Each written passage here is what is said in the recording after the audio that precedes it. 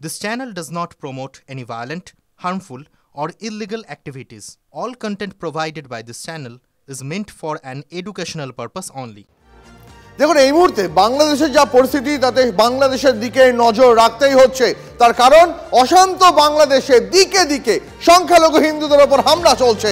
প্রধানমন্ত্রীকে কঠোর ব্যবস্থা নেওয়ার জন্য আবেদন জানালেন কার্তিক মহারাজ।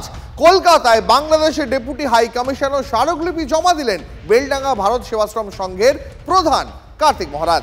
অবিলম্বে সেই দেশে হিন্দুদের ওপর নিপীড়ন বন্ধ করার দাবি। চিন্ময় কৃষ্ণ প্রভুকেও নিঃস্বার্থে মুক্তির দাবি তুললেন তিনি।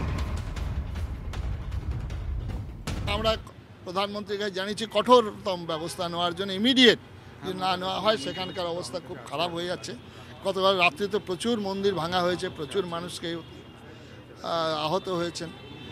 আর সব থেকে একটা মানবতার চরম অবক্ষয়, যেটা একদম জেলবন্দি, তার পেছনে লয়াররা, আইনজীবীরা দাঁড়াবেন, তাদেরকে বাধা দিচ্ছে, তাদেরকে মারা হচ্ছে, তারা আইসিইউতে ভর্তি হয়ে রয়েছেন।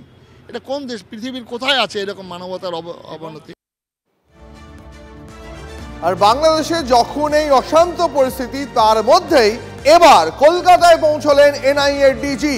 এনআইএ সূত্রে খবর, তিনি এনআইএর অফিসারদের সঙ্গে বৈঠক করবেন।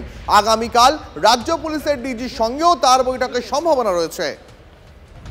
এই মুহূর্তে আপনাদের জানিয়ে রাখি অত্যন্ত গুরুত্বপূর্ণ আপডেট। যখন বাংলাদেশের পরিস্থিতি অশান্ত, তার মধ্যেই কলকাতায় পৌঁছলেন এনআইএর ডিজি। এনআইএ সূত্রে খবর, অফিসারদের সঙ্গে বৈঠক করবেন আজ। আগামীকাল রাজ্য পুলিশের ডিজির সঙ্গেও বৈঠকের সম্ভাবনা।